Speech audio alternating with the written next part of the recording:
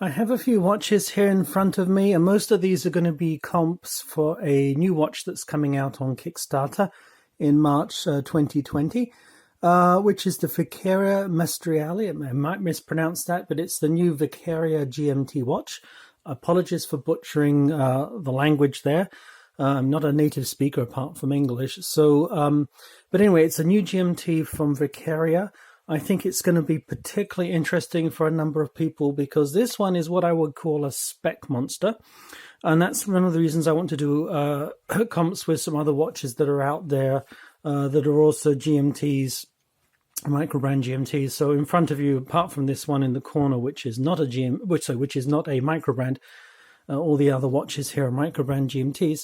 And we can start comparing a few features and as my way of trying to explain what is good about this particular watch from Viqueria.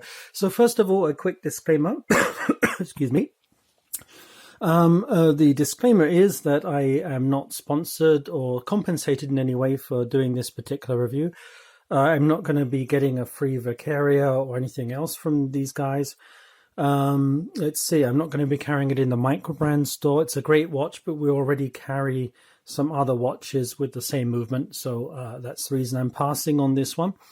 I do have a business relationship with Viqueria because we do carry these watches here, which is the Viqueria Levante.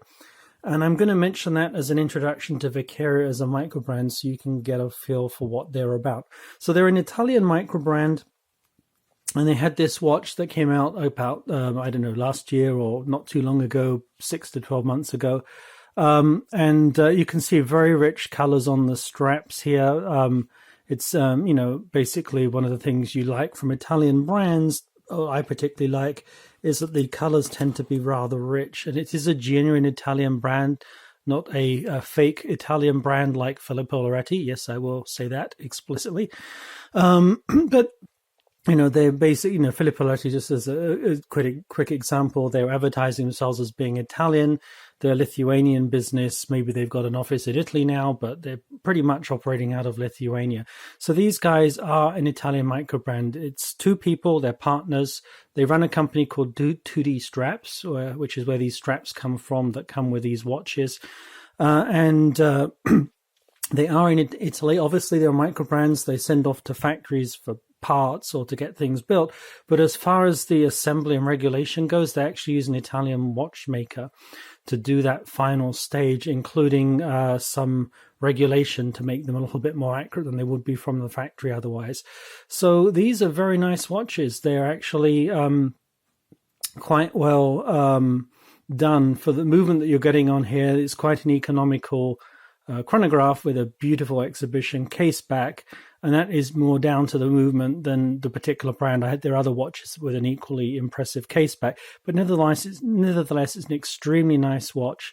Quite simply done in some ways. It's not too innovative a dial, but it's a very nice sunburst effect that goes really well with the rich colors. Very nice straps. Comes on this bracelet as well.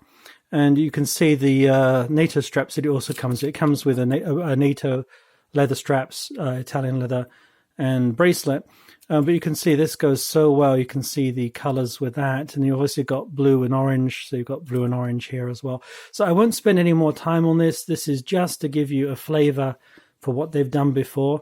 I've been really impressed with these. They've sold very well. I was able to get a couple more out of them, a limited edition. And I think we have like 2 or 3 left, maybe 1 or 2 of each color, and that's just about it. And they look nice on the front. They're very popular with our Italian customers in particular, but it's this exhibition case back that really is outstanding on these, that really sells the watch more than anything else, in my opinion. So very nicely done, good use of color. If they're not performing particularly well, like they're more the outer ends of the factory specs, then these watches have been regulated to some extent. So all of them are running pretty well for the price. It's a very good value. So like these watches, really happy with Viqueria. Would have no trouble stocking another watch from them in future. But this is just literally to introduce you to the brand, what they've come up with before. So I had high expectations from Viqueria, and in a way they've delivered very well with what I would call a spec monster. So let's just mention why I think this is so good, and this is another reason to have some other watches here in terms of being a spec monster. So the specs include things you'd normally expect, like, you know, sapphire glass, that kind of thing. But what you're getting for this particular GMT movement is a Soprod GMT movement, which if you've not heard of it before, you might have heard some Swiss movement brands like ETA, Sellita. They're pretty common on Microbrands for GMTs. So let's just look at the movements. They're actually, when you come to automatic movements, those are mechanical movements that are self-winding, that are Swiss made. You basically initially going to go with a kind of a custom movement for expensive mainstream brand. You're going to go for an off-the-shelf movement. You've got just 4 choices, at least 4 that I'm aware of, and 4 choices that I only ever see appearing in Microbrands. On the lower end of the spectrum, probably the cheapest available Swiss automatic GMT that you can get an off-shelf movement for will be an STP one, a Swiss Tech one. And in fact, we do have some of those coming out in the store on pre-order literally around about Monday or so. So you should check in a few days' time. And we have some Stratton Tourers, which use this movement, and they're much more economically priced than more expensive movements. You know, they're probably like $500 or $600 price range typically on pre-order. Not sure the prices here. I don't have that data in front of me. I'm here to review a different watch. But, you know, so those come in at the cheaper end. There's, in terms of the quality compared to a Sellita or an ETA, if the movement has been regulated and treated nicely, not just slapped in from the factory, it can be a very good movement. However, if they're just slapped in, I think the QA is not quite as good on those movements as some of the higher end movements that are available from Swiss manufacturers. So I will put that as a kind of entry-level Swiss automatic movement, and it's priced accordingly. The next level up you're probably more familiar with will be actually in this watch here, and also one on my wrist as well, this is an ETA, and so is this one. But it's either Sellita or ETA. Sellita are a brand that's probably slightly less well known than ETA, so therefore ETA is a bit more of a premium, more desirable. But I would have put them on a par in terms of performance and cost-wise. Things are changing quite a bit, but on the whole, maybe ETA might have a slight edge over Sellita, but they're kind of comparable watches. Sellita's are usually fractionally cheaper, but they performance-wise almost identical. So those will be your mid-tier watches, and you typically would see these, you know, somewhere. I don't know about full retail price. It does vary. This is a Christopher Ward. So it used to be a microbrand. It's getting a bit big for its boots to call it a microbrand now, but can call it a grandfathered in microbrand. So, you know, you can pick these up for $700 or $800 or more. Probably that's a reasonable, you know, maybe $800 or something might be a reasonable pre-order price. I know that some of these have been cheap in the past on Kickstarter, but people paid the money and got what they paid for when one or two brands cut some corners there. So to get a nice one, typically I would say $700 or so, to $800 on Kickstarter maybe, but $700, and then retail anything north of 800, 900, something like that. But numbers change all the time. Things seem to get cheaper year after year. So just to give a rough picture, paint a picture. And then you have the higher end movement, which is the Soprod. And the Soprod is very unusual choice. It's very uncommon just because it's a lot more expensive for the microbrand to actually pony up for these movements. So you don't tend to see them. They're much more desirable movement. I have 4 watches here we sell in the store, which use the same movement as the ones we'll be reviewing, which is the Soprod movement. So that is the most desirable. So that is one of the reasons for, you know, basically calling it a spec monster. Soprod movement. The second reason, and this is one of the watches we'll be looking at today, comes on a titanium bracelet with a titanium case. So Soprod movement, unusual choice, much more expensive than normal. So therefore, brands that normally pick it, titanium, really don't need to sell the pros of titanium. It's a lighter material. It's a much more desirable material, and it's got a little bit more prestige than stainless steel. And then the third reason, obviously it's a 500-meter dive watch we're looking at here. But the third reason is basically the price. And I was trying to get a little bit into price without going too heavily on board with it, because price shouldn't dictate everything. There's a certain value based on style and innovation and basically, how much the watch kind of speaks to you in terms of being an interesting watch. But price-wise, based upon the specifications, extremely good value for money. These are going to be on Kickstarter about $770 US early bird pricing, and about $800 standard Kickstarter pricing.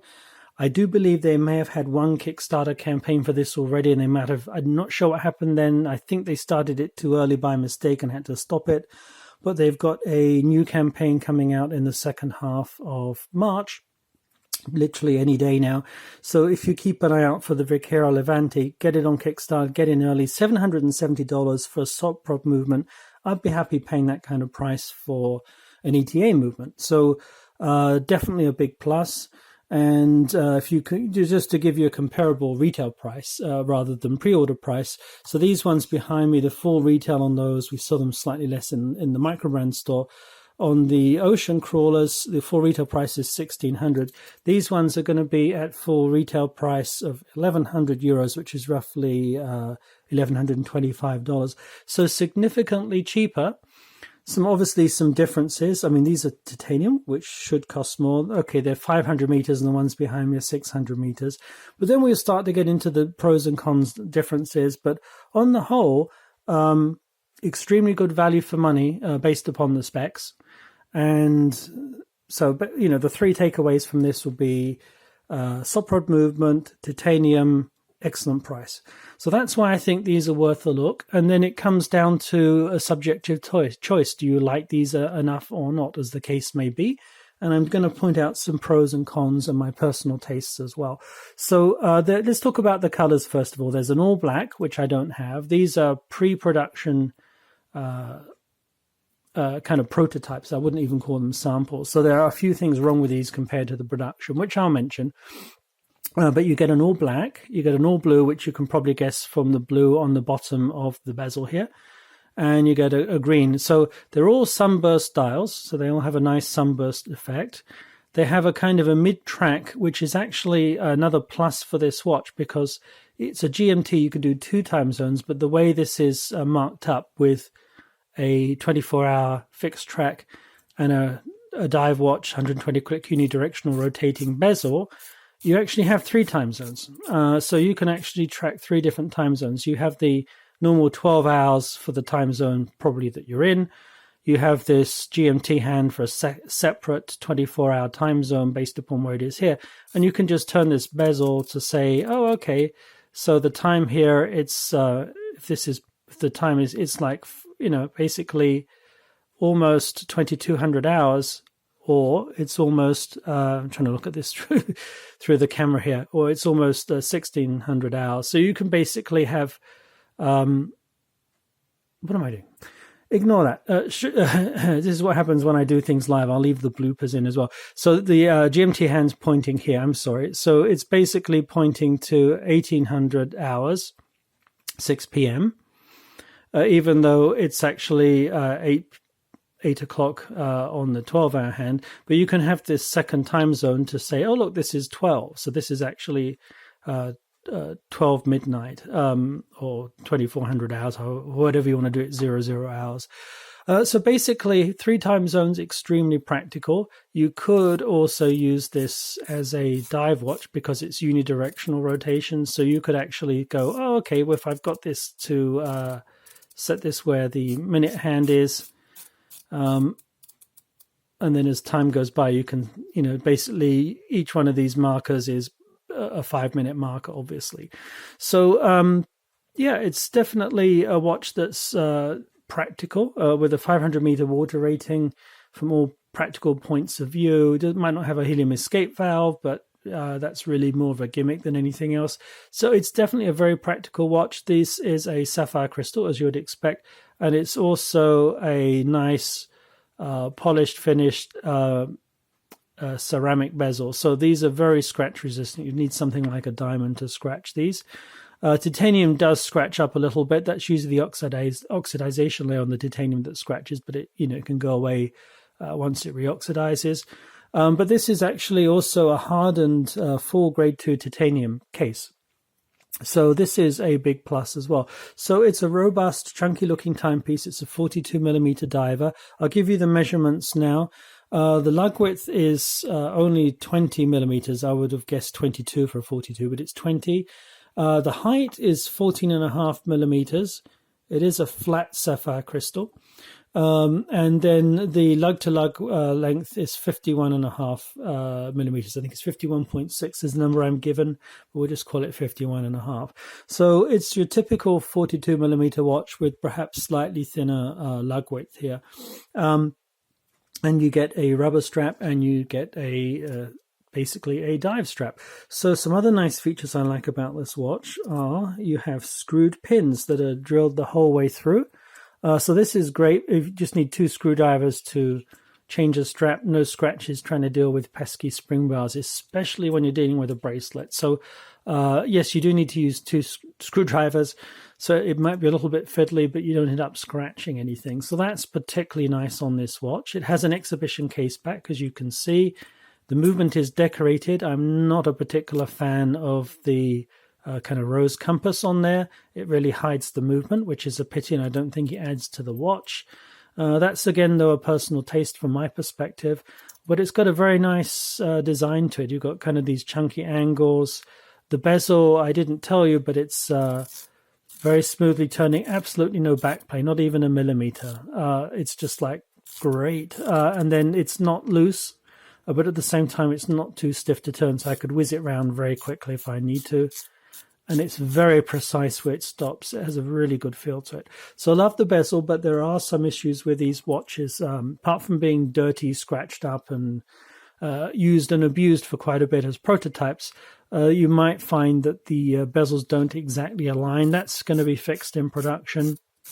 And there are 1 or 2 other minor issues with it, but nothing really to write home about.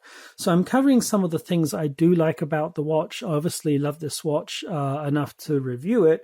I don't feel good about reviewing watches I don't like unless I've really got something strong to say. But there are some negatives with this watch as well. And one of these is very subjective. Some of you are going to love this kind of Batman-style watch. I mean, you can think of a Rolex, I guess, or you can think of 5 or 6 different Microbrand watches that have this exact color combination. So in one sense, people will find this very desirable. People love the kind of 2 colors on the GMT bezel. So that is a nice plus. On the negative side, and this is more my personal taste, I find, what you gain in terms of, this is the kind of feature that people want in a watch, a Me Too, kind of a homage, if you like. You lose in originality. So, I like to wear watches that have a little bit of a uniqueness to them that makes the watch kind of really stand out in terms of design. The one I have on my wrist is also a titanium GMT, ETA movement. It's not a dive watch. I can't remember the water rating. It's probably like 200 meters, probably even says on the dial. From a Microbrand called Unity. But if I look at the case on this watch, it's just totally unique case here. I love the design on that.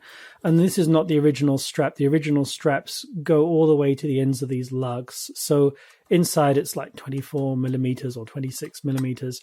And it's like 32, 34 on the outside. So it's kind of a T-shaped strap, the original one.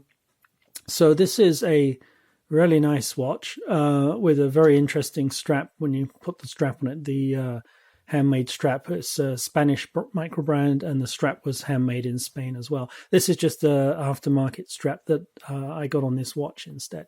So, this has originality to it. It gives it a little bit of a splash, panache, makes it an interesting watch to have. There's things I don't like about this watch. I can't stand the blacked out secondhand. I have to really, stare at the watch up close to my face to even tell if it's running. If I get this serviced in the future, I'm probably going to have them paint the tip of that secondhand for me, and that will fix it for me. So definitely not a fan of that. But otherwise, I pretty much like this watch a lot. It's my current favorite go-to watch for GMTs. And this one here, you see in a lot of my reviews, this is my most commonly worn travel watch GMT, simply because it's got some nice features as a wearer that you would enjoy that other people don't tend to spot. It's got a guilloche dial with a wave pattern on it, kind of a little bit like a Seamaster maybe, but more subdued.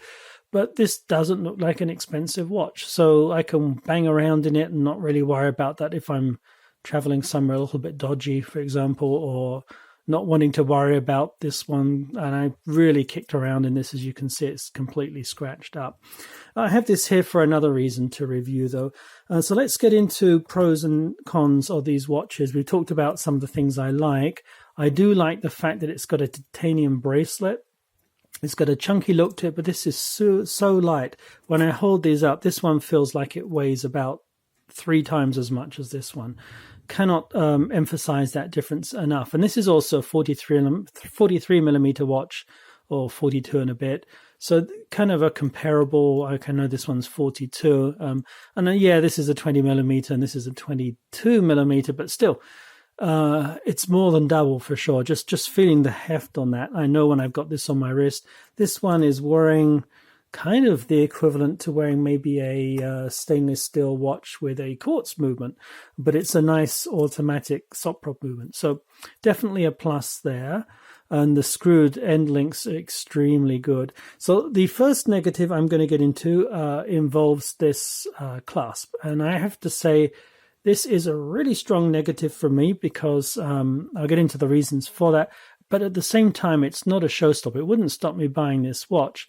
But I would like to complain voraciously about this. I do love the signature on the clasp. That's nicely done. Christopher Ward has a nice one here as well. But it's better than a name or something. A nice large logo, not small. That's a nice feature. And that is the only nice thing I can say about this clasp. Yes, it is a milled clasp. But then we're going to get into a couple of issues with it. The first issue I have is it's what I call a friction clasp. It's a friction grip. So you press it in. You have to press quite hard on the wrist, and you have to pull it out and apply a certain amount of pressure. Not a big deal, but when you're talking about a $1,125 watch at full retail, I would expect a push button release. It's so nice. No pressure needed at all, right? So I just push that in, and I can lift it off the wrist, and it fits very, very nicely.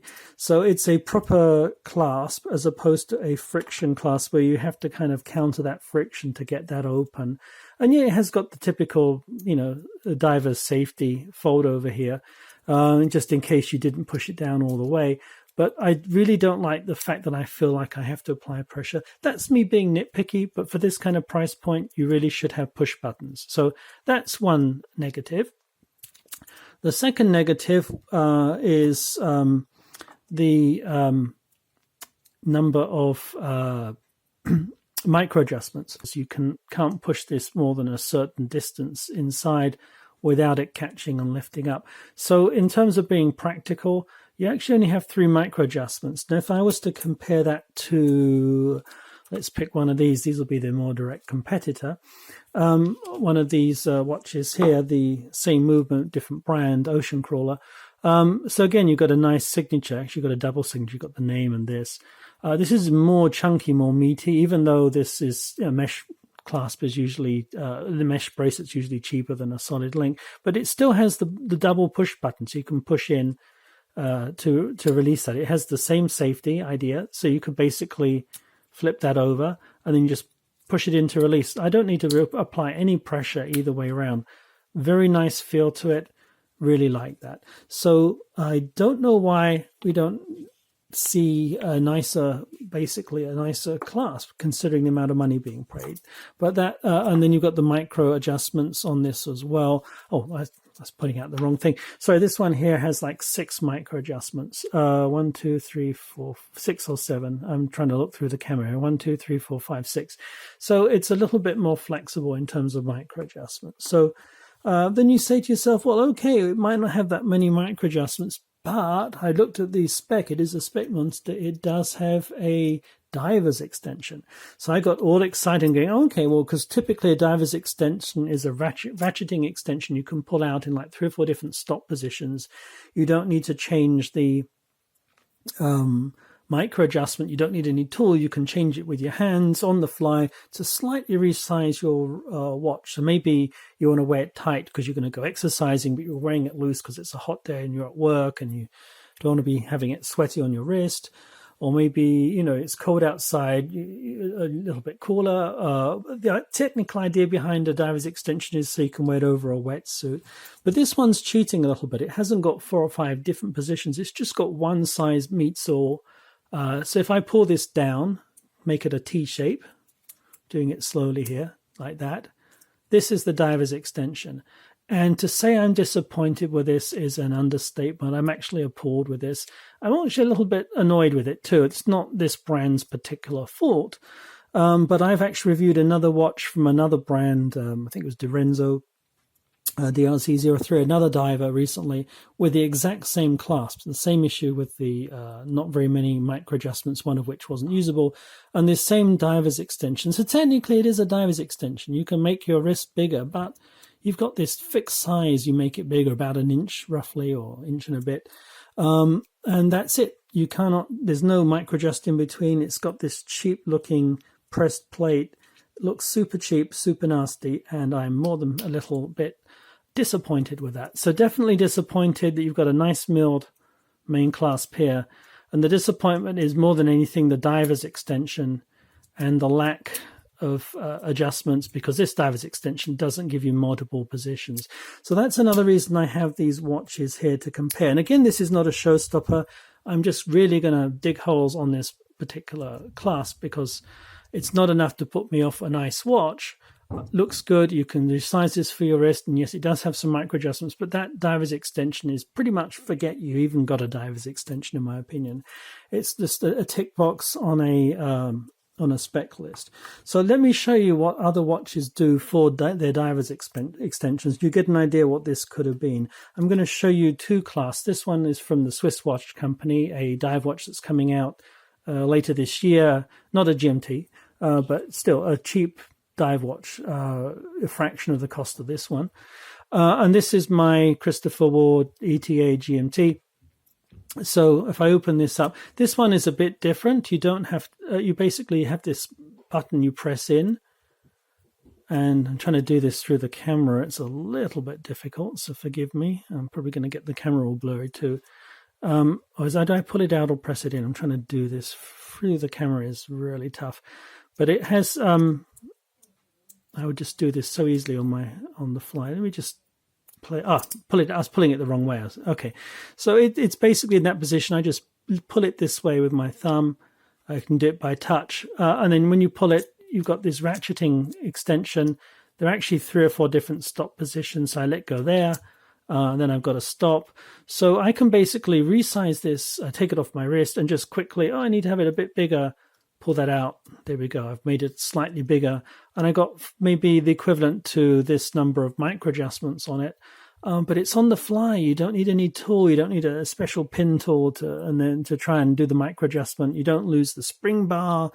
It gets very easy to do. So literally, I can put it in all the way there, have it super tight, or I can have it come out maybe 1 inch. So it has maybe 3 or 4 stops on it. So that is exactly what I would expect to see on a nice Dowsers extension. This is a practical one. That means this watch, it's really flexible in terms of you can have it the exact size you want and change it every, several times throughout the day if you really want to. So you start to get sweaty, feels a little tight, loosen it up. You feel it's moving around on your list, tighten it up. Very easy, very flexible. The whole reason for me behind having a Dowsers extension and why these are so nice. So that's one type of Dowsers extension. The other type you tend to see are this is a double button. So this button here is the clasp release, right? So it's basically a button that pushes in. And the other button, just going to close that, is the Dowsers extension. Some of them you push in. This one you kind of slide this way, and then you can pull this out to 3 or 4 different stop positions. I've got it slid so you can see it goes this wide. I'm just going to stop at a different position. So that's a position, another position, another position, another position. So I think there was like 3 or 4 positions on that. So I might have missed the first one. So that's the widest.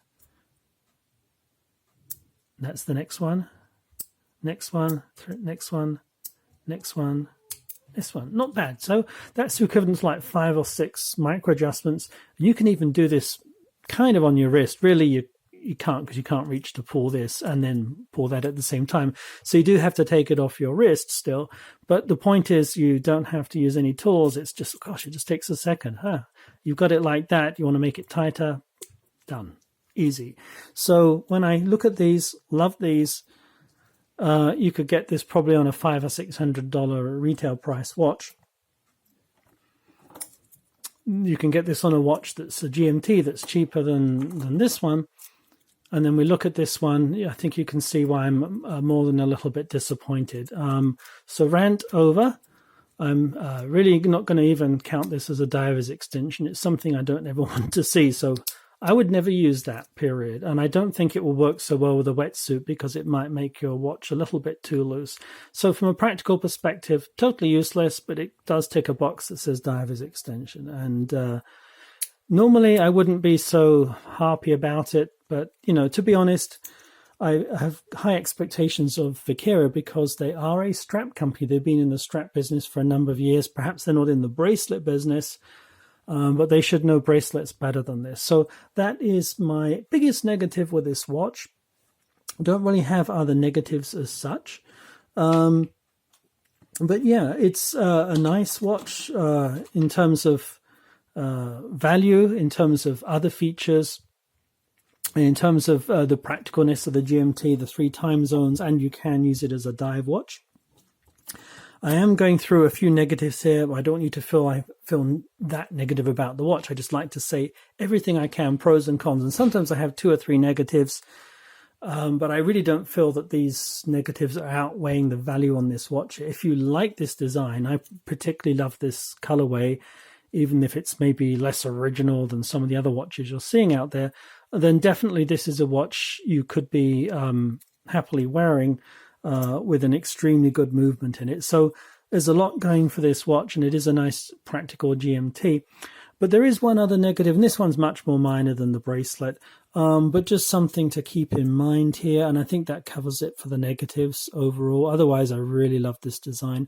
So the other negative is that from a dive watch functionality, technically it is a 500-meter dive watch, but it does lose out a little bit with Loom markings in some ways. Yes, it is Swiss Superluminova. I'm just going to line all this up for a nighttime Loom shot here so we can compare. It's just going to be easier with my... going to use one of these UV torches. And we'll also... Let's put in this one here as well. That'll do. And then we'll just put this and this so we have the choice of these. This one here is not loomed. So basically, I'm going to loom these up, and I'm going to show you what I do and don't like about the loom. So the loom on the hands I find is very reasonable on the new Viqueria GMTs. I really like the loom on the hands. It's all Swiss Superluminova. The indices are obviously loomed as you would expect, where you basically expect them, and all the entire markings on the ceramic bezel is also loomed, so that's really nice. So what I don't like about this, 2 things, and one is this is a design feature, but when you are diving, technically where this marker is here, we've got a loom pip on this watch just to compare, is the most important marking. So it needs to be the brightest, or one that's very easy to stand out from the other markings. On this watch, the numbers like the 22 and even the 2 are brighter than the 2400 hour, 00 hour loom marker, the kind of diamond shape that you have there. And the reason for that is it's just more exposed space for the number 22. This is very small. I would have liked to have seen either a loom pip or a solid circle or something a little bit more solid that really stands out. So when I loom this up, you will see it's really hard to see where this bezel actually is, where this marker is, and that's what you want to see at a glance when you're trying to tell the time on a dive watch, or see how much time has elapsed if you're timing something. During daylight, not a problem. You can glance at the numbers, but still you have to think, I guess, even in daylight. So this is really nitpicky, but that is one minor. But when I couple that with the fact that the Loom tends to fade pretty darn quickly on the bezel, perhaps because it's a small printed font, it's a thinner bezel, which is part of the design aesthetic. Look how the width of that bezel is actually quite small compared to this one. But look how big the 22 is on here compared to here. And the markings on these are comparable, right? So these markings are small. They're harder to read, and it really shows up from the Loom shot. So this is just a minor nitpicky thing if you're practical about dive watches. However, the point is that it is loomed. It is nicely loomed. It is Swiss Super Luminova. But it's a watch you're going to have to maybe look at a little bit more closely to tell in the dark if you're trying to use those, timing functions of a dive watch, which, to be practical, almost no one ever does. I mean, I sometimes time a walk, but, or something like that, or set the time for a meeting so I can remind myself how long I've been in a meeting when I've finished it or something. But I mean, really, I don't even need to do that. So hardly anybody uses these functions, but it's nice that you have them on a dive watch. So without any more ado, let me hit the lights and I'll be right back, and we'll throw up some Loom shots. And you also get to see how all these watches compare. And these are good comps because same movement. And this one is a good comp because it's similar price range. This one I have in the corner is not loomed. And the only reason I have this out is a short sales pitch. I'm intending to sell this from my personal collection. It's on Orient GMT with a power reserve at the top and a date window. So it's nice to have a power reserve and a date window. It is an automatic. And if you don't know Orient, they're a mainstream brand, used to be independent. They're owned by Seiko. So it's several reasons for selling this. I only ever owned it as a spare GMT. It's got a nice, I don't know how well it will show because I've got too many things for the camera to focus on here, but it has a nice guilloche pattern on the dial as well. It's a dress watch, kind of like blued hands.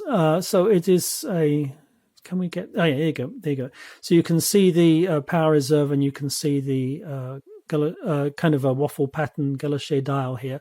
So, and it's got the 24 hours around the outside, kind of very subtle. So it's a subtle GMT, makes a nice dress watch. And I've never actually worn it, maybe for about 1 hour just to snap a couple of pictures. That's the only time I've ever worn it. And I bought it as a spare GMT because I use GMTs for work all the time. I've now built up quite an extensive GMT collection, as you can guess. So this is a watch that just doesn't get any wrist time. It's not a watch that's been worn and I'm selling it on. It's in an as-new condition pretty much, apart from the fact that I did have it on my wrist for about 1 hour at the most. So if you want to make an offer on that, send me a private message in the store. I'm definitely open to selling this. Really, it's you can research the pricing out there, make it a reasonable offer, obviously less than the retail pricing because it is not a new watch, but keep in mind I'll be paying the shipping as well, and you're going to get a store warranty with that also. So feel free to make an offer. It is a very nice dressy GMT, and from a very reliable brand if you're looking at mainstream. Another reason for me selling it is, I'm running the Microbrand store. I'm trying to divest myself of the few non-Microbrand watches that I have. You'll never see me dead in a Rolex, sorry guys, but I really love Microbrands because they're limited editions that are small production runs, and even if they're not limited edition, there tend not to be so many of those compared to the mainstream.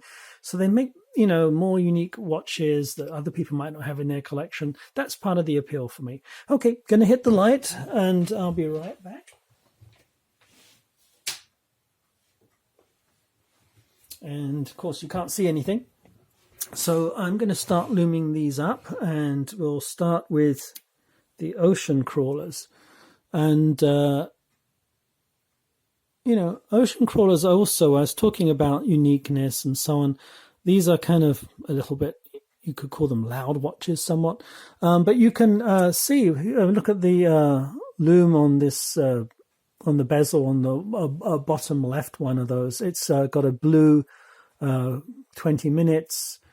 And then it's extremely well loomed. These are quite strongly loomed. So you've got some nice features on some of these bezels. Obviously, they're going to fade, right? Because I'm only looming it here. These haven't been outdoors, and they only just got them out of boxes just to do this quick comparison. So you've got an idea. And this is the Christopher Ward. It's also pretty strong loom. Right? And now we're going to loom up the... Maestrale. I probably mispronounced and butchered that again. Let's just lift this up so you can take a closer look at it.